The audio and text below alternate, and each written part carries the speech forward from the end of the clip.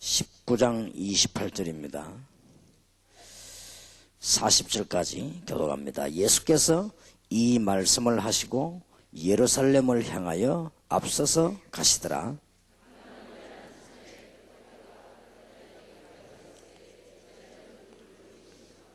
이르시되 너희 맞은편 마을로 가라. 거리로 들어가면 아직 아무 사람도 타보지 않은 나귀 새끼의 매여 있는 것을 보리니 풀어 끌고 오너라.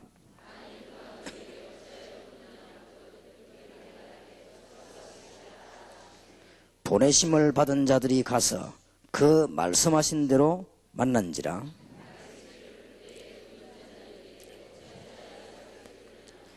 대답하되 주께서 쓰시겠다 하고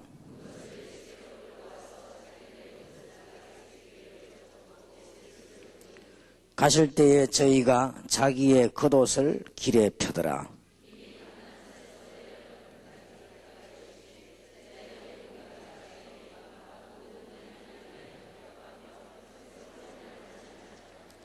가로되 찬송하리로다. 주의 이름으로 오시는 왕이여 하늘에는 평하여 가장 높은 곳에는 영광이로다 하니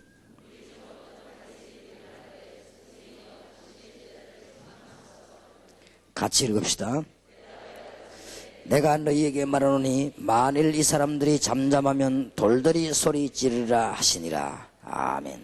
아무도 막을 수가 없습니다. 만일 이것을 사람이 막으면은 돌들이 소리를 지르라 하셨어. 예수님께서 막을 수 있는 사역이 아닙니다.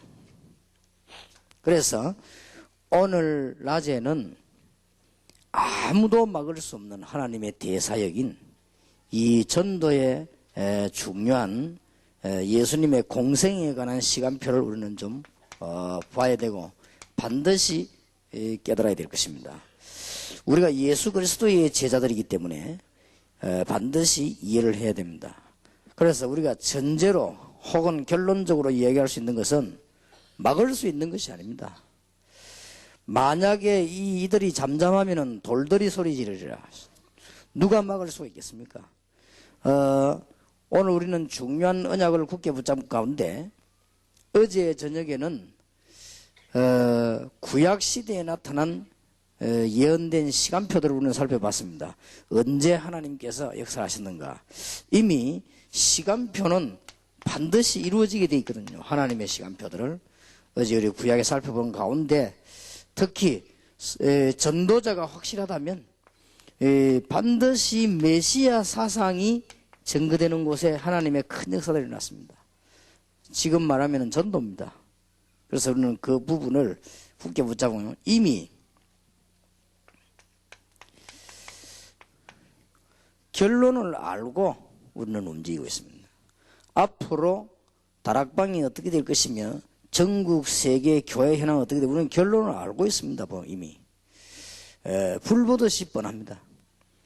전도 운동에 깊은 답을 내지 못한 교단과 교역자는 누구를 막론하고라도 승리 못합니다. 아마 밥 먹기도 좀 힘들어질 겁니다. 분명한 결론이 나와 있습니다. 그리고 주님께서는 모든 민족에게 복음 증거되는 이후에 끝이 오라고 했습니다. 누가 그걸 막을 것입니까? 우리는 결론을 다 알고 있습니다. 여기에서 우리의 현실을 찾아내는 것입니다. 그래서 미래에 일어날 분명한 답을 현실화시키는 것입니다. 거기에 대한 얘기를 우리는 어제 저녁에 했고, 이렇게 되지면 우리는 지금 허상을 꾸는 것이 아니고 판단을 잘못한 것이 아닙니다. 중요한 하나님의 계획을 붙잡고 이제는 사건마다 기도의 축복을 누리는 것이다. 사건. 이게 어제 저녁에 한 얘기입니다. 놓쳐서는 아마 안 될 겁니다. 우리가 사람들 만나보면 여러 종류 사람의 의견이 다 각각 다를 것입니다. 그러나 의견이 다른 것이 좋지만은 거의 다 틀린 생각을 참 많이 하거든요. 그렇기 때문에 우리는 이 답을 잘 얻고 기도의 비밀들을 잘 찾아내야 될 것입니다. 그래서 빌립보 4장 7절에 너희 마음과 생각을 지키시리라. 여러분이 정말 전도운동에 가담하고 여러분이 진짜 결론을 알고 있고 하나님 앞에 사건마다 기도한다고 하면 하나님이 제일 먼저 주시는 응답이 빌립보 4장 7절에 너희 마음과 생각을 지키시리라. 이 운동에 여러분은 참여하게 됐습니다. 저와 여러분이 이 운동에 참여하기 때문에 누가 막을 수 있겠습니까? 돌들이 소리 지를 것이다. 다시 한번 부탁드립니다. 혹은 이 자리에 참석 안 한 분이랄지라도 혹은 제 테이프나 설교를 듣는 분들에게 다시 한번 부탁드립니다. 직업이 뭐든 상관없습니다. 특히 목사님, 선교사님들 부탁드립니다. 전도에 완전 답이 안 나면 세계교회는 문 닫습니다. 그리고 목사님, 선교사님 고생이 굉장히 많아질 겁니다. 그리고 여러분들이 아무리 평신도 열심히 헌금하고 살아본들 인생 끝에 가면은 교회 문 닫고 교인 줄고 여러분은 응답이 없습니다. 아무래도 그렇습니다. 그러니까 거짓말 생각에 속지 마시고 하나님의 답을 분명히 얻어야 됩니다. 이 복음은 안전해지면 안 되는 거요. 당연히 무슨 종교 생활이 아닙니다. 하나님의 자녀 되는 것이 가장 근본적인 축복입니다. 그리고 이 복음은 안 받으면 절대로 안 되게 되어 있습니다. 필연적입니다. 누구든지 복음을 안 받으면 창세기 3장에 나타난 저주 문제를 해결 못합니다. 그리고 이 복음은 증거하는데 아무도 못 막습니다. 절대성입니다. 누가 이걸 막을 것입니까? 여러분이 지금 여기에 이제는 완전한 답을 내고 빌립보 4장 7절에 일어나도록 기도해야 됩니다. 정말 하나님께서 내 생각과 마음을 지키시도록 이게 제일 큰 응답이에요. 제가 볼 때는요. 사람들이 거의 다 틀린 생각을 자꾸 하니까 너희 마음과 생각을 지키시리라. 여러분이 말하다가 말 단어 하나 틀린 그렇게 문제가 아닙니다. 생각이 틀린다 어떡할 겁니까? 그게 참 중요합니다. 저는 목사님이 설교하다가 예를 잘못 들었다, 성경을 잘못 읽었다, 인용을 잘못했다, 천번만 번 이해합니다. 왜 그걸 이해 못합니까? 그러나 그 사람의 마음과 생각이 중요하다 그 말이에요. 마음과 생각이 틀린 사람이 인용 바로 하면 뭐하며 표현을 바로 하면 뭐합니까? 그렇지 않습니까? 지금 무슨 뭐 시비 걸고 있는 일들이 말 실수인 가지고 지나가는 말을 자꾸 막 그렇게 연구하고 그렇게 합니다. 그게 하나님 앞에서 틀린 거예요. 어떤 면에서는요. 그게 문제가 아니고 마음과 생각을 여러분 마음이 틀리고 생각이 틀리는데 어떻게 세계보험을 합니까? 그건 안 되지는 거죠. 응답이 안 오는 것이거든요. 그래서 여기에 정말 결론을 낸다고 하면은 하나님은 우리에게 응답만 주시겠습니까? 인생을 죽이기도 하고 살리기도 하시는 모든 것을 하는 하나님께서요. 제가 제일로 답답한 부분이 이 부분이더라고요. 이거는 형제 자매라도 가족이라도 대화가 안 되는데 어쩔 수가 없어요. 안 되는 거 있지. 완전 틀린 생각과 마음을 갖고 있는데 성경은 그대로 인용한단 말이에요. 이게 문제거든요. 생각과 마음이 완전히 틀려요. 완전 틀리도 어느 정도 틀리지 완전히 틀리는 거 있지. 그런데도 이게 안 되겠죠. 제가 우리 아는 먼 친척이 한 명이 있는데 여러 번 내가 얘기를 했어요. 교회 집사요. 신앙생활도 열심히 합니다. 교회 와가지고는 뭐 봉사 열심히 합니다. 내가 만나보면요. 언제든지 이게 틀려. 이 생각과 마음이 완전히 틀리는 거 있죠. 암만 말을 해줘도 안 돼요. 그래서 내가 말을 안 해주면 되는데 이게 또 이 가까운 친척이다가 문제만 하면 또 날 찾아와요 또. 한 번도 내 시킨 대로 한 적이 없고 안 망한 적이 없어요. 너무 그러니까 참 안타깝죠. 그런데 뭐 성경 말씀을 얼마나 잘하는지 몰라요. 뭐 신학도 안 한 사람이요. 뭐 보수주의 신학, 진보주의 신학 이런 거 얼마나 잘하는지 율법 보고만 너무 밝아 성경 구절을 모르는 게 없어요. 이야, 이 친구 참. 그런데 딱 어디가 틀리냐? 마음과 생각만 틀려요. 여기에 딱 내보면 니는 그거 안 될 짓만 생각하는 거예요. 목사님들은 속지 마시기 바랍니다. 여러분 교회 살살 주는데 성공할 것 같습니까? 한국 교회 교인 주는데 성공할 것 같습니까? 무슨 머리로 성공을 합니까? 절대로 속는 것입니다. 돌들이 소리 지르고 이 복음을 누가 막을 것입니까? 못 막습니다. 그래서 여러분은 진짜 결론 내고 기도하셔야 됩니다. 그러면 하나님은 분명히 응답하실 것입니다. 자, 오늘 우리는 예수님께서 공생에 있었던 일 몇 가지를 꼭 참고해야 되겠습니다. 첫째입니다. 오래전부터 약속했던 구원의 성취가 시작이 됐습니다. 이 부분이 예수님 공생에서 나오는 중요한 부분 가운데 마태복음 1장 19절에서 23절입니다. 구약 성경 성취된 것을 인용했지요. 이사야 7장 14절에 보라 처녀가 잉태하여 아들 낳으니 그 이름을 임마누엘 하리라 하라. 그것을 인용했습니다. 마태복음에. 그분이 오셨다 그 말이에요. 그러니까 여기에 놓치지 말아야 될 단어 두 가지요. 보라 처녀가 잉태하여 아들 낳으니 아담의 후손은 절대로 구원을 못 받고 못하기 때문에 처녀가 잉태하여 아들 낳으니 이 말에 큰 감동이 없으면 큰일 나요. 보통 말이 아닙니다. 동정녀 탄생이거든요. 처녀가 잉태하여 아들 낳을 것이니 이 말은 복음 중에 복음이요. 기독교 진리 중에 진리입니다. 단순한 신학 공부가 아니고 여기는 막 굉장한 비밀을 가지고 있어요. 로마서 3장 23절에 아담 이후에 모든 사람은 저주받게 되어 있습니다. 새 생명 안 받으면요. 그래서 이 말을 모르니까 무슨 질문하는 거니까요. 제가 미국에 갔더니 신학 공부를 많이 한 분이 박사님이 제게 뭐라고 질문하는 거 아니요. 깜짝 놀랐어요. 식사하면서 제가 뭐라고 질문하는 거 하면은 아이가 금방 태어나 죽으면 지옥 가냐 천국 가냐 얘기를 그래 묻더라고요. 그 질문이 이제 어디서 나왔는가 하니까 아담 이후 이전에는 괜찮았습니다. 아담 이후에 범죄 가운데 빠진 창세기 3장 사건이 원죄입니다. 그게 빠져버렸다. 그 이후에 인간은 전부 사단의 권세 아래 다 있고 저주 권세 아래 다 있는 것입니다. 못 이깁니다. 금방 태어났다 1분 만에 죽는데 아무 죄를 짓는데 자범죄를 안 지었지요. 뭐 자범죄를 안 지었다고도 볼 수도 없지요. 일찍 죽었으니까 부모 속상하게 했으니까 그것도 죄입니다. 안 지었다고도 할 수도 없어요. 시끄럽게 울은 것도 죄요. 근데 그게 문제가 아니란 말이에요. 지금 아담 이후에 이서는 절대로 안 됩니다. 이 말을 거의 못 알아들었으니까 목사님이 그 질문을 했으니까요. 그러니 동정녀 탄생의 의미를 이해 못한 거예요. 처녀가 잉태하여 아들 낳으니 그러니까 우리 다락방에서 누가 물어보더라고요. 아이가 태어나가 죄도 하나도 안 지고 죽었는데 그게 무슨 지옥을 가느냐 이렇게 묻는 사람이 있더라고요. 그게 천주교에서 가진 이론 아닙니까? 아이가 태어나가 아무 죄를 안 지고 죽었는데 그게 무슨 지옥 가겠냐. 그래 지옥 가는 건 너무하다. 그래 그 아이들 가는 거 유아림보 그게 천주교 사상 아닙니까? 이 구원을 모르는 사상이죠. 아담 이후에 인간은 완전히 망하게 된 것입니다. 여러분 혹시 망하거든 낙심할 필요 없습니다. 당연하다 생각하면 돼요. 그러니까 가룟 유다를 보고 엄청난 죄를 지고 망했다 안 그러고 제 길로 갔다 그랬습니다. 그게 자기 길 아닙니까?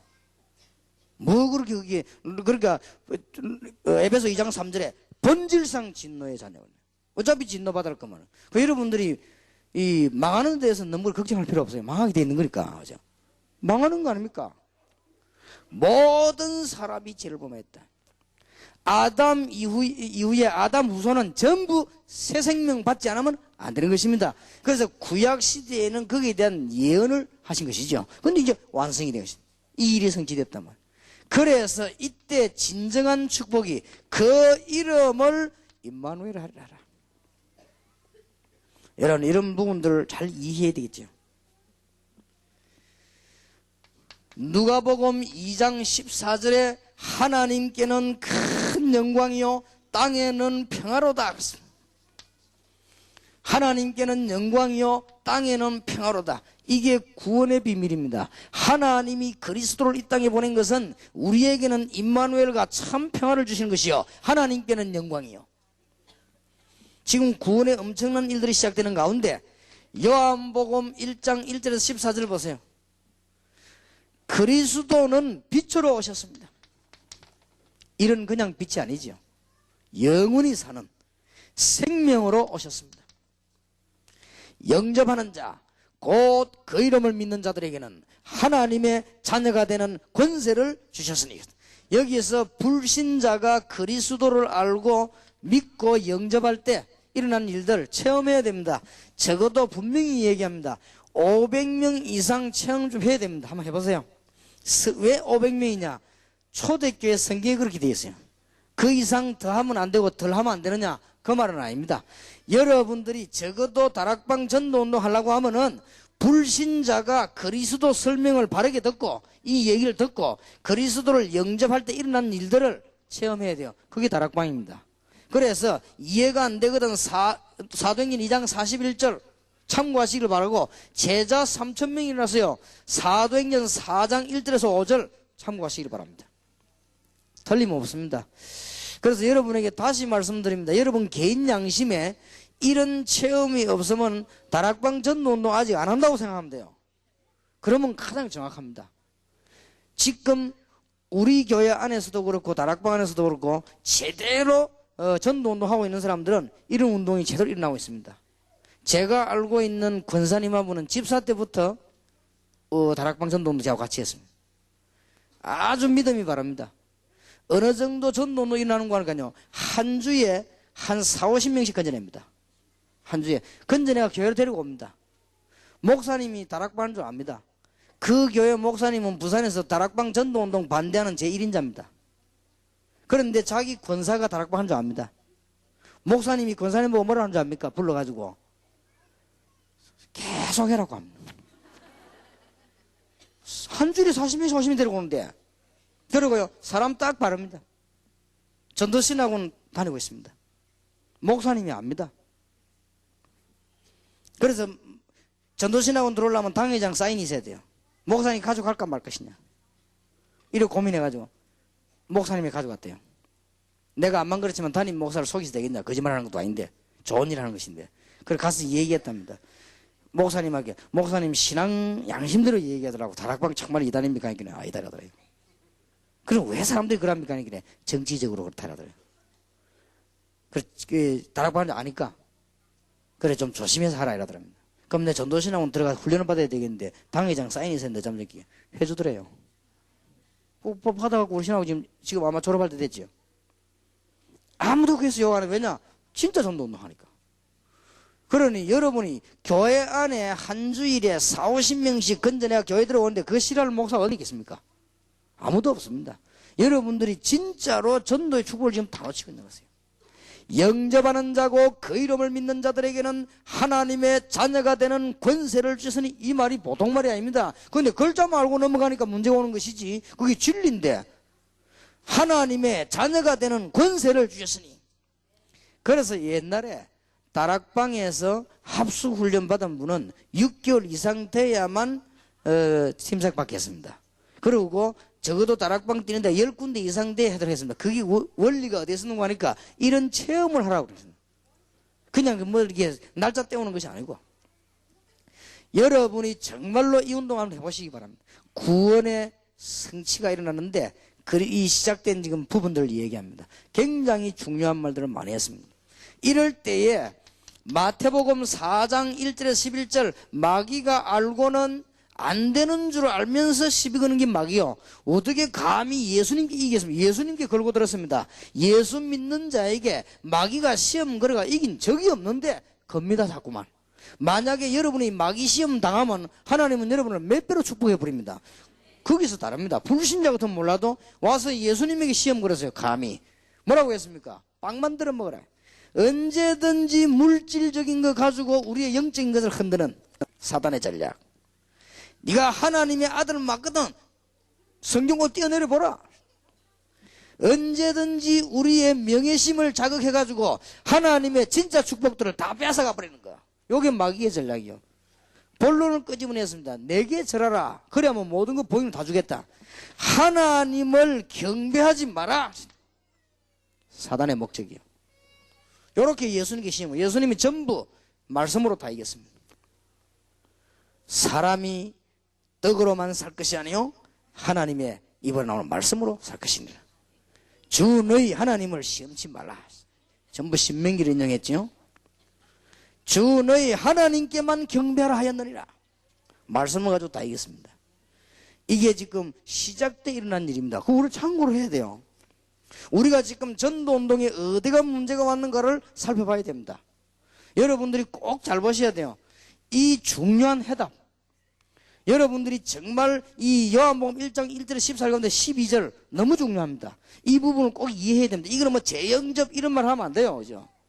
제가 어제도 얘기했지만 재영접이라는 단어는 없어요. 우리가 구원을 받았다가 반복되다가 또 받다가 그런 게 없어요. 그 단어를 썼다는 자체가 이 신학을 새로 해야 되구나. 그런 단어가 있을 수가 없는 거예요. 그거는. 그걸 알고 이 마귀가 와가지고 시험을 거지 그런 거예요. 이때 예수님께서 금식도 하시고 철야기도 하고 난 뒤에 마태복음 10장 1절에서 42절 제자들을 뽑았습니다. 모집한 것이 아니고 선별했습니다. 사람들이 보기는 갈릴리 사람들이고 무능한 사람들로 보였지만은 주님께서는 충성된 심령들을 골라냈습니다. 사람 보기는 별로 배운 것이 없는 사람처럼 보였지만은 주님께서는 단순한 사람을 부르셨습니다. 쓸데없는 지식 가진 사람 말고 단순한 사람을 부르셨습니다. 주님께서는 더 중요한 것은 복음을 위해서 생명 걸 수 있는 사람을 부르셨습니다. 어떻게 바리새인들이 그 머리에 생명을 겁니까? 마태복음 그러면서 몇 가지 말씀하셨죠. 아무것도 두려워하지 말라. 핍박이 일어날 것을 얘기했습니다. 두려워하지 말아라. 참새 한 마리도 하나님 허락이 떨어지는 법이 없지 않습니까? 그러니까 염려하지 말아라. 그러면서 마가복음 3장 13절 15절에는 보면 또 파송하는 장면이 나오지요. 시작 때 내가 너희를 부른 것은 너희와 함께 있기 위함이요 또 나가서 전도도 하며 귀신을 내쫓는 권세를 주기 위함이니라. 하나님이 우리를 부르신 것은 우리와 함께 임마누엘의 축복을, 그 다음에 나가서 뭡니까? 전도 안 하고 뭐 할 겁니까? 당연히 하나님 우리와 함께 하시다면 전도해야 되는 것이요. 더 중요한 것은 귀신을 내쫓는 권세를 주기 위함이니라. 이것은 귀신론 하라는 말이 아닙니다. 이것은 귀신론 반대하라는 말이 아닙니다. 불신자들이 100% 여기에 속아 넘어오십니까? 무당 100만 명이 그러면 성령 받았습니까? 귀신 들리지요. 그러니까 굉장히 중요한 진리들이 나오고 있습니다. 여러분들 새로 시작하시고 새로 응답 받으시길 바랍니다. 어제 저녁에 지금 우리는 전도운동을 본격적으로 할 시점에 와 있기 때문에 여러분들이 이제는 잘 기억해야 됩니다. 언제든지 전도운동 회복될 때 큰 역사가 났습니다. 지금까지 여러분은 어려움 오고 개척교 하시는 분들은 낙심하지 마시고 준비했다고 생각하면 됩니다. 하나님이 왜 아브라함의 모든 걸 다 빼앗았느냐? 새로 주시려고 그랬습니다. 새로. 그래서 새로 잘 발견해 보시기 바라고 여러분들은 결론을 분명히 가지고 있어야 됩니다. 그리고 이번에 집회 메시지만 받지 마시고 이 메시지 붙잡고 돌아가셔가지고는 각 현장 없습니까? 거기서 기도하세요. 그러니까 현장 없는 게 문제지요. 여러분 이 메시지 받아가지고 현장에서 교회에서 기도하시고 목사님들은 요원들 모아놓고 기도하시고 그렇게 해야 됩니다. 그게 어제 저녁의 얘기입니다. 이 복음을 막을 사람이 없습니다. 그러면 우리가 주님께서 구원 성취를 시작하는 현장을 봐야 될 거 아니에요. 그러면서 마태복음 13장 1절에서 58절 굉장한 축복을 얘기해서 알려주었습니다. 옥토에 씨가 떨어지기만 하면 그냥 아무것도 아닌 것처럼 보이지만 이름도 없이 빛도 없이 일하지만은 누룩처럼 그리스도의 비밀이 조그마한 겨자씨를 심은 것처럼 보이지만은 큰 나무가 되는 것이요. 씨가 작아도요. 우리는 밭에 일하는 농부처럼 보이지만은 큰 보화를 발견하는 사람이요. 그 눈이 열려야 됩니다. 얼마나 큰 축복인가를. 우리는 장사꾼처럼 보이지만은 값진 진주를 발견하는 사람이요. 그리고 고기 잡는 사람처럼 보이지만 아닙니다. 버릴 고기는 버리고 장을 잡습니다. 우리는 장사꾼이 아니고 어부가 아닙니다. 뭐냐? 제대로 이 제자를 찾는다고 말이에요. 그래서 가라지가 보이거든 뽑지 마라. 그거 뽑다가 알고까지 뽑힐 거니까 꼭 기억해야 됩니다. 주님께서 공생에 하신 일 가운데 첫 번째입니다. 그 다음 두 번째입니다. 주님께서 예수 그리스도께서 오셔서 지상에 최후가는 단어 그리스도께서 오셔서 1999년에 기준이 되시는 그리스도께서 오셔서 두 번째 하신 일이 뭐냐? 하나님이요, 하나님의 아들임을 증거했습니다. 하나님과 같은 분임을 증거했습니다. 이게 두 번째입니다. 그래서 한국에는 정신병자가 많아가지고 하나님이 14명이나 있고 재림주가 37명이나 있어요. 딱 한 분만 그렇지, 분명히 여러분 가운데 내가 하나님이다 생각되는 사람은 환자입니다. 그럼. 한 분만 다. 여러분 가운데 혹시 내가 재림진 줄 모르겠다는 생각 드는 사람 있습니까? 빨리 병원 가시길 바랍니다. 어서 속히. 재림주는 한 분입니다. 분명히 나중에 마지막 때는 모든 신자, 불신자가 다 알도록 오실 것이라고 했습니다. 그러니까 기준을 주었습니다. 신자도, 불신자도, 찌른 자도, 죽은 자도, 산 자도 다 보도록 오시라고 했습니다. 그렇지 않습니까? 그게 끝이지. 재림주. 혹시 다시 한번 말씀드립니다. 여러분이 재림주라고 생각되는 분은 빨리 병원 가세요. 그리스도께서 하신 공생의 두 번째 일, 하나님이란 증거. 마태복음 8장 9장에 보면은 절대로 의술로 고칠 수 없는 사람 고쳤습니다. 그게 뭔지 압니까? 능력 자랑인 게 아닙니다. 하나님이란 증거예요. 마태복음 16장 13절에 주는 그리스도시요 살아계신 하나님의 아들이십니다. 마태복음 17장 1절에서 8절에 엘리야도 사라지고 모세도 사라지고 예수만 남았습니다. 엘리야와 같은, 모세와 같은 그런 사람이 아닙니다. 마가복음 5장에 보면은 귀신 들린 자를 고쳤습니다. 사실 여러분, 귀신 들린 자는 사람의 힘으로 못 고칩니다. 마가복음 8장에 보면은 4,000명을 먹이기도 했습니다. 요한복음 2장에 보니까 가나 혼인잔치에서 완전히 물을 가지고 포도주 만들었습니다. 창조주 하나님이십니다. 요한복음 6장에 보니까 5,000명을 먹이기도 했습니다. 도시락 하나 가지고. 요한복음 9장에 보니까 소경도 치유했습니다. 특히 중요한 것은 요한복음 14장 6절에서 10절에 보니까 내가 곧 길이요 진리요 생명이니 나로 말미암 증거는 아버지께로 올 자가 없느니라. 그리고요, 날 본 자는 아버지를 보았느니라. 결론 내렸습니다. 우리가 얼마나 큰 축복받았습니까? 누가 막을 것입니까? 여러분이 진짜 복음 깨달았다. 어떻게 실패됩니까? 승리할 수밖에 없습니다. 새로 깨닫는 큰 축복이 있으시기를 정말로 주님의 이름으로 축원합니다.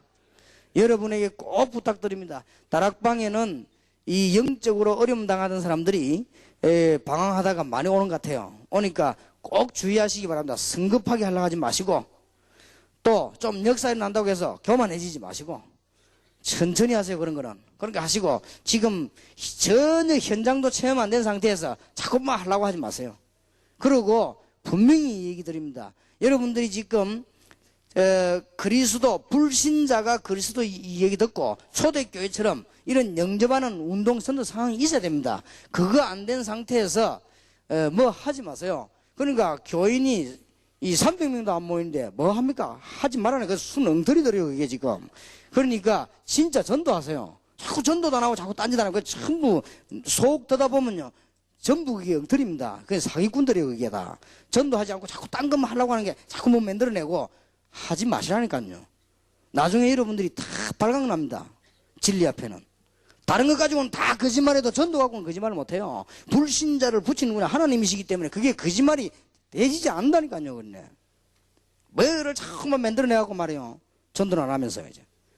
여러분들 이 충분한 경험을 해야 돼요. 그래서 내가 어저께 얘기했지만 하도 내가 답답했어요. 좋다. 시작하는 수밖에 없다, 새로. 그래서 그 서울, 부산에서 내가 주일날 두 군데 설교를 합니다. 치교에 진짜는 평신도를 모아놓고 전도할 겁니다. 그래서 이 전도가 뭔지 진짜 축복이 무엇인지, 정말 하나님이 말씀에 어떻게 역사하시는 것인지 좀 가르쳐 주려고요. 하나님은 분명히 하실 겁니다. 왜냐? 나쁜 생각이 아니기 때문에. 하나님이 제일 원하시는 생각이기 때문에. 거의 다가 아닙니다. 조금 역사 나면 내일이 교만해져 가지고요, 말릴 수도 없어요. 망할 때까지는. 안 말리지질 않아요. 조금 안 되면 또 나중에 또 딴짓 합니다. 여러분이 얼마나 큰 축복입니까? 여러분 한번 잘 한번 보세요. 구원이시 이대로 하면 되는 것이고요. 시작이 우리가 벌써 틀려버린 것이고, 지금 그리스도가 누구십니까? 하나님이십니다. 그러면서 그리스도께서 공생의 세 번째 하신 것이 뭐냐? 우리가 짊어져야 될 모든 고난을 다 감당했습니다. 이분이 누굽니까? 만왕의 왕이시여 하나님이신 분이 우리 때문에 모든 고난을 다 당했습니다. 그래서 이 고난당하는 첫 번째 날에 보니까요, 예루살렘 입성을 했죠. 마태복음, 마가복음, 누가복음, 요한복음이 다 기록되어 있습니다. 특징이 뭐냐? 나귀를 타고 들어가셨습니다. 사람을 죽이는 전쟁하는 왕은 나귀를 타지 않습니다. 말을 타지. 주님께서는 평화의 왕이시요 정말 사람 살리는 왕이시기 때문에 나귀를 타고 들어갔습니다. 그때에 뭐 호산나고 막 밖에 소리 지르고 그랬죠. 이 바리새인들이 그걸 막으려고 막 시끄럽다고 막 떤다고 그랬죠. 그때 예수님께서 하신 유명한 말씀입니다. 만일 이들이 잠잠하여 말이 없으면 돌들이 소리 지르리라. 누가 막을 것입니까? 만왕의 왕이 오셨는데요. 이때부터 주님께서는 굉장한 고난주간에 있었던 일입니다. 월요일 날 일어난 일이지요. 월요일 날에 주님께서는 귀중한 일을 하셨습니다. 많이 있지만은 크게 세 가지를 하셨어요. 무화과를 지어주셨습니다.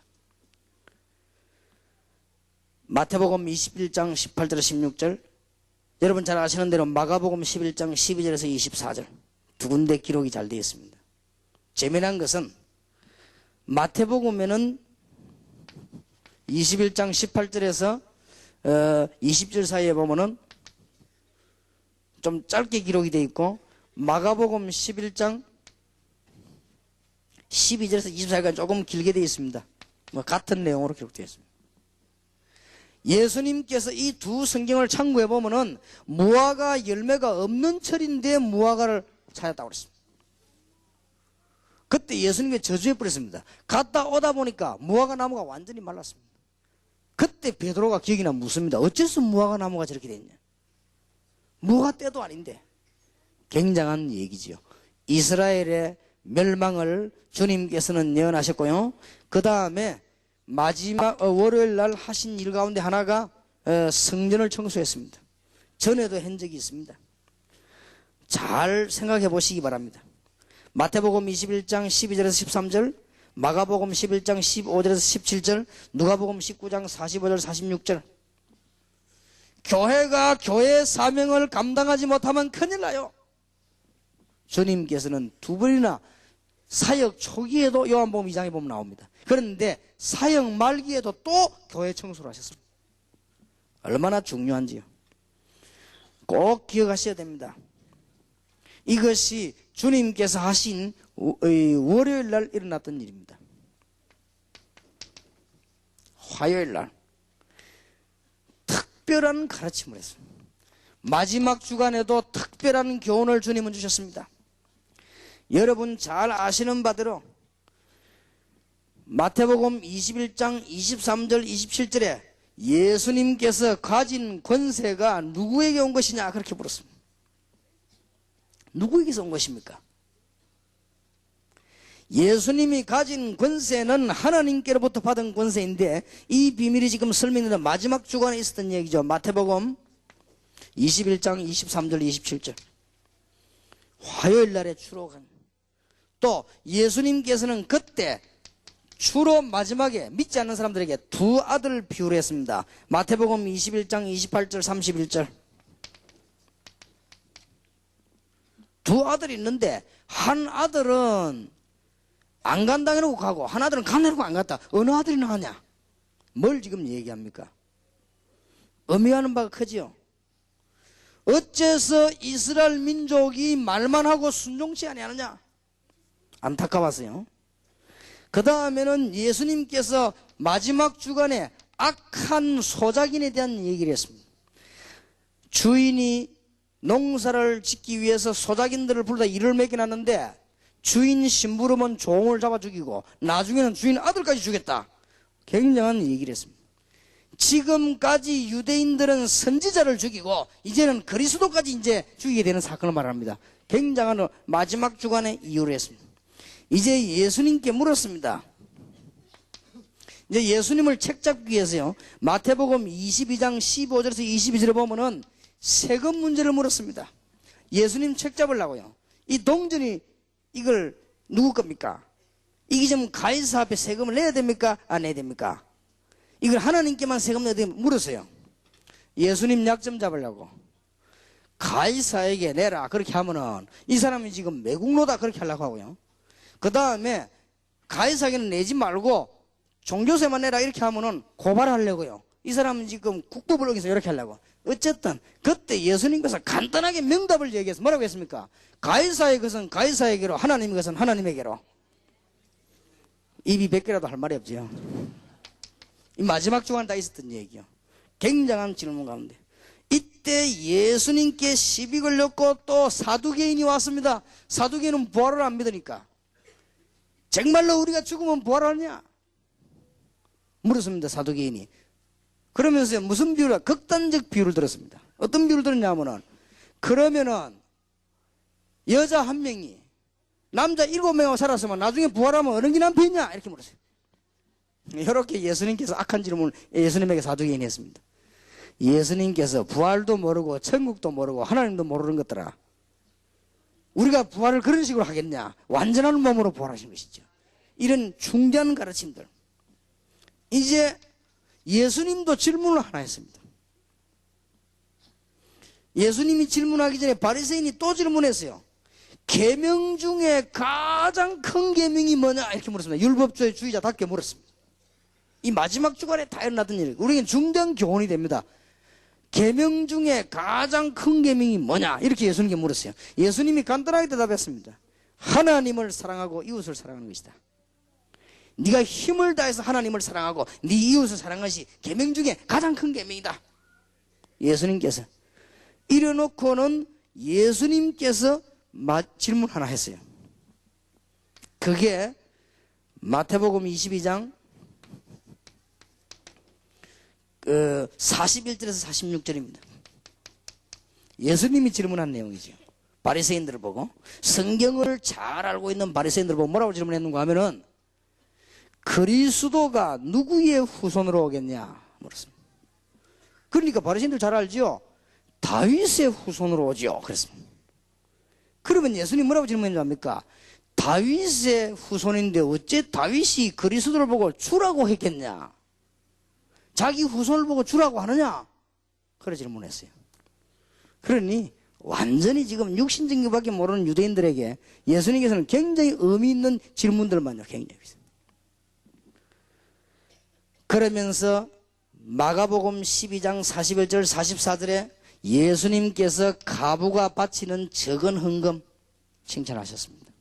가부는 가진 것이 없지만은 자기의 전부를 정성껏 드리는 그 가부를 칭찬했습니다. 많은 것이 있어가지고 드리는 사람보다는 없는 가운데 자기의 예물을 드리는 그 가부를 칭찬하셨고요. 예수님께서는 마지막에 요한복음 12장 37절 35절에 불신앙이 멸망받을 것을 경고했습니다. 이것이 화요일 날 있었던 일입니다. 우리는 중요한 교훈들을 잘 살펴봐야 되겠죠. 특히 우리는 언약을 붙잡아야 됩니다. 수요일 날 예수님께서는 뭔 얘기를 하시는 거니까요, 대환란을 예언했습니다. 앞으로 마지막 때에 큰 환란이 일어날 것이다. 성전도 무너지게 될 것이고, 그 다음에 곳곳에 지진, 기근과 고통 때가 올 것이고, 전도자는 핍박을 받게 될 것이다. 그러면서 예수님께서는 장래 일들을 전부 이야기하셨습니다.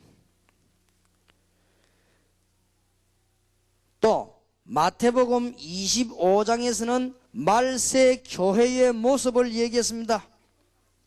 열 처녀 비유하면서 기름 준비를 못하고 덕만 들고 있는 처녀와 기름 준비한 처녀, 달란트를 묻어둔 일꾼과 일한 일꾼과 그 다음에 양과 염소가 교회에 섞여 있다는 사실을 얘기했습니다. 예수님이 이 얘기를 전부 수요일 날 다 하셨습니다. 굉장히 중요한 얘기를. 자, 목요일 날에는 또 다른 중요한 것을 세 가지를 하셨습니다. 예수님께서 제자들을 전부 모아놓고는 진짜 유월절이 뭔가를 설명했습니다. 유월절 성만찬하면서 내 살과 피, 마지막 이자 처음인 성찬식, 진짜로 유월절이 뭔가. 제가 볼 때는요, 예수님이 공생에 그냥 완벽한 답을 주셨다. 우리는 흔들릴 이유도 없고 다른 거 할 이유가 없다. 왜 실패하느냐? 다른 걸 해가지고. 뭐 때문에 멸망받느냐? 다른 생각을 해가지고. 왜 교회가 주느냐? 다른 데 관심이 있어가지고. 우리는 뭐 때문에 응답을 못 받느냐? 딴 거 쳐다봐가지고 그렇습니다. 진짜 여러분들은 완전히 오늘부터 새로운 시작을 하게 되시길 바랍니다. 이때 예수님께서 중요한 일을 하나 하셨습니다. 목요일날 세종로 제자들을 전부 모아놓고는 발을 씻겼습니다. 그리고 수건은 발 닦았습니다. 여러분들 볼 때는 아무것도 아니라고 생각들지만 유대인들은 압니다. 이스라엘 나라에서는 제일 낮은 종이 발 씻는 종이요. 기다리고 있다가 주인이나 손님 오면 그걸 하려고 하니까 제자들이 하려고 합니까? 아유, 우리는 못하겠다니까. 그러면 너와 나는 상관이 없는 것이다. 그랬더니 베드로가 또 그러면 모욕이라도 시켜달라. 모욕까지 할 필요는 없고 이것을 중대한 교훈으로 여러분이 이 진리가 어느 것인가 안다면은 교회 가서 세종로도 할 수 있습니다. 여러분이 이 진리를 정말로 안다면 교회 가서 변소 청소하고도 감사가 나올 것입니다. 이 진리를 모르면 교회에서 자리 차지하려고 하지만은 정말로 안다고 하면요 너무 중요한. 그래서 세종로 예수님께 이렇게 해라. 큰 교훈을 실제로. 옛날에 제가 한번 어떤 청년의 집회를 갔더니요 그냥 나를 끌고 어디로 가요. 그러더니 사정없이 양발을 벗기더라고요. 이게 왜 이러냐니까 발 씻는 거예요. 뭐 자기들이 하는 행사라서 내가 아무 때나 말았습니다만은 물론 실제적인 한번 체험을 해보겠다는 거겠죠. 그러나 그보다는 예수님께서 제자들의 발을 씻어준 이유를 알아야 됩니다. 근데 그 사람들은 발 씻는 데 보니까 뭐 단체를 만들어 놓고 굉장히 성공하려고 하는 프로그램 하더만요. 이 발 씻는 이유를 알아야 돼요. 굉장히 중요한 가르침을요. 여기서 여러분들은 꼭 기억해야 됩니다. 영원히 기억해야 돼요. 여러분이 세계 복음화하기 위해서요 진짜로 종로로 돼야 됩니다. 세계 복음화를 하기 위해서 정도 아니고 당연히 우리는 하나님의 축복받았기 때문에. 카네기라고 하는 사람이 그런 말을 했습니다. 지금도 기억이 납니다만은 정말 현명한 여자는 남편에게 100% 순종하면서 남편을 100% 조정한다. 그러더라고요. 아, 맞다 하시더라고요. 진짜 뛰어난 여자는 남편에게 100% 순종하면서 남편을 50%만 조정하는 게 아니고 100% 조정한다. 그게 똑똑한 여자예요. 똑똑한 반대로 현명치 못한 여자는 남편에게 100% 불순종하고 100% 얻어 터진다. 뭐 그럴 수밖에 없지. 잘 기억을 해야 될 것입니다. 금요일 날 예수님께서는 재판을 받으셨습니다. 왔다 갔다 6번이나 받았지요. 대제사장 앞에서. 그때의 특이한 사실은 베드로가 예수님을 부인하고 제자들은 다 도망가고 가룟 유다는 마태복음 27장에 보니까 자살하고 예수님은 십자가에서 처형을 당했습니다. 토요일 날 기록은 없습니다. 왜냐? 무덤에 있으니까.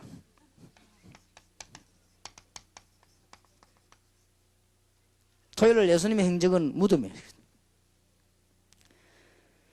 예수님께서 십자가에 못 박히는 순간 어떤 일이 벌어졌는가 하니까 마태복음 27장 45절 50절에 보니까 온 천지가 흑암 가운데 덮였다. 그때 더 놀라운 사실은 마태복음 27장에 보니까 51절에서 53절 예수님이 십자가에 못 박히는 순간 사람이 들어가지도 않았는데 성소와 지성소를 가로막은 휘장이 찢어졌다. 위에서부터 찢어졌다. 이때 마태복음 27장 54절에 보면 백부장이 뭐라고 고백했냐? 과연 하나님의 아들이로소이다. 고백하고 말았습니다. 예수님께서 주일날 부활하셨습니다. 오늘 저녁에 좀 얘기를 하려고 합니다만 마태복음 28장에 보니까 지진이 일어나고 천사들이 출현하고 막달라 마리아가 예수님 보고 군인들도 예수님을 보고 베드로 앞에도 나타나고 제자 앞에도 도마 앞에도 갈릴리에 나타나시기도 하고 고린도 15장에 보니까 500여 명 앞에서 나타나셔서 완전히 부활하신 주님께서 나타나신 것입니다. 이게 우리가 참고해야 될 반드시 깨달아야 될 중요한 부분입니다. 자, 오늘 여러분 여기에서 몇 가지 결론을 내고 이제는 우리는 신앙생활을 해야 되겠습니다. 예수님의 공생의 가장 확실한 답은 뭡니까? 임마누엘이었습니다. 그리스도께서 우리 인류와 우리가 받아야 되는 모든 고난을 전부 십자가에서 담당하셨습니다. 여러분들은 이제는 염려할 거 없습니다. 모든 고난 해결했고 모든 죄와 저주의 권세, 사단의 권세를 여기서 다 꺾어버렸습니다. 모든 죄와 저주. 여러분들은 저주받을 거 없어요. 주님께서 다 해결하셨습니다. 여러분들은 이제는 지옥 갈 필요가 없습니다. 지옥 권세를 잘못 꺾어버리고 죽음의 사망의 권세를 꺾으시고 사단의 권세를 완전히 꺾어버리셨다. 고난을 통해서요. 초대교회의 중요한 메시지가 뭐냐? 그분이 부활하셨습니다. 지금도 예수 이름으로 기도하면 응답 오는 요 거기 있지요. 주님께서는 부활하셨습니다. 초대교회의 메시지입니다. 예수가 바로 그리스도요. 그는 부활하셨다. 이 두 개 설명으로 다 끝납니다. 여러분의 모든 문제는 그리스도란 단어를 가지고 다 해결됩니다. 그런데 그분은 부활하셔서 그리스도란 증거요. 지금도 역사하고 계십니다. 이게 초대교회 주제입니다. 이걸 잘 설명하면 모든 문제 끝나는 것입니다. 여러분 문제를 곰곰이 생각해 보세요. 창세기 3장에서 시작된 거예요. 그러면 누가 해결했냐? 그리스도께서 해결하신 것입니다. 아직도 모르고 묻는 사람이 있어요. 왜 목사님은 모든 문제를 창세기 3장이라고 합니까? 그때부터 불신앙이 시작이 됐단 말이에요. 그런데 그 문제를 해결할 수 있는 분은 그리스도다 그 말이에요. 그리스도는 부활하셨습니다. 그리스도란 증거요. 지금도 역사하고 계십니다. 우리가 예수 이름으로 기도할 때는 지금도 역사가 나게 되는 것입니다. 틀림없습니다. 초대교회의 메시지죠. 그리고 이제는 문제가 뭐냐? 여러분에게는 기도 응답이 안 되고 전도가 안 되지죠. 이게 문제입니다. 정말로 예수 그리스도를 믿느냐 안 믿냐? 여기 따라서요. 여러분 교육 심리학에 보면은 미들 랭귀지라고 있습니다. 용어 가운데 미들 랭귀지란 말은 내가 잘 모르는 말을 자꾸 하는 겁니다. 그리고 내가 정말 잘 이해 안 된 말을 하는 거, 전달하는 것입니다. 그걸 보고 미들 랭귀지라고 해요. 그렇게 심리학 용어에 썼습니다. 우리가 그리스도를 잘 모르면서 이야기할 때는 역사가 안 일어납니다. 여러분이 진짜로 그리스도를 알고 기도하면은 그 확실한 증거로 기도가 응답되어지면 전도문이 열립니다.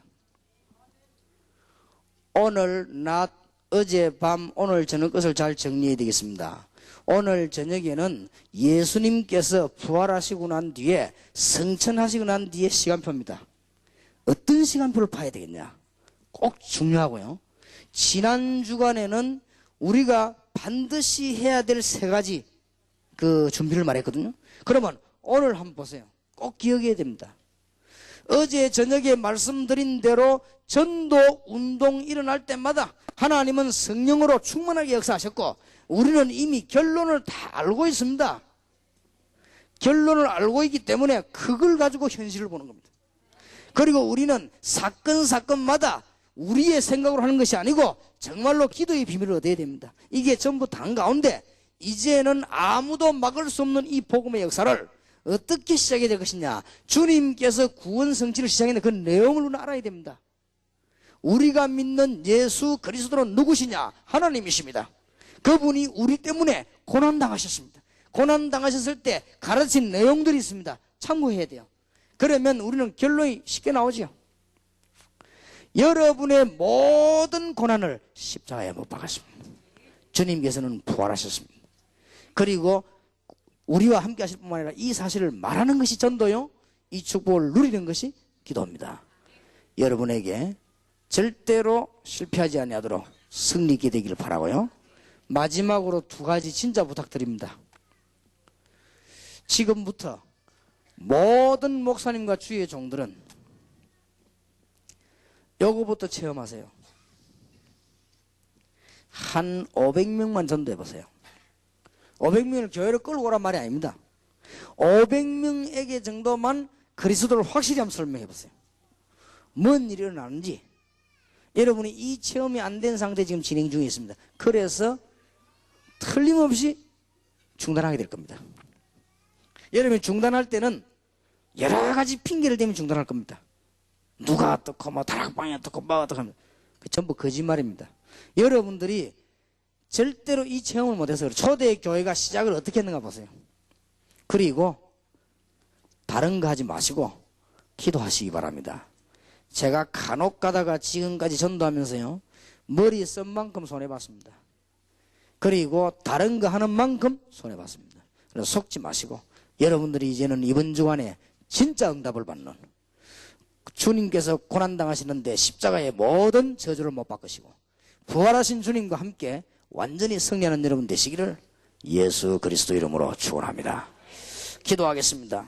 하나님, 오늘 낮, 밤, 어제 저녁 메시지를 잊지 말게 하시며 한 주간 한 주간 진행되는 하나님의 시간표를 보고 저희들이 정말 전도운동할 수 있도록 역사해 주옵소서. 영안을 열어주시옵소서. 우리의 어두운 생각을 열어주시옵시고 틀린 생각을 고쳐주시옵시며 우리가 복음 때문에 완전히 생을 결단할 수 있도록 오늘 이번 주간에 축복해 주옵시며 주님께서 고난당하신 주간에 우리의 모든 저주와 고난과 실패를 십자가에 못 박은 주의 은혜 앞에 감사할 수 있게 하시며 부활하신 주와 함께 응답을 받는 주의 백성들이 되게 해 주시옵소서. 새로운 발견이 있게 해 주옵시고 올해부터 시작되는 지교회 운동, 전도운동에 참된 전도운동이 일어날 수 있도록 주께서 저희들에게 역사하시되 이 시대에 참으로 복음 전할 수 있는 귀중한 종들이 되게 하시고 하나님 주시는 중요한 응답을 받는 축복이 있게 하옵소서. 주 예수 그리스도 이름으로 기도하옵나이다.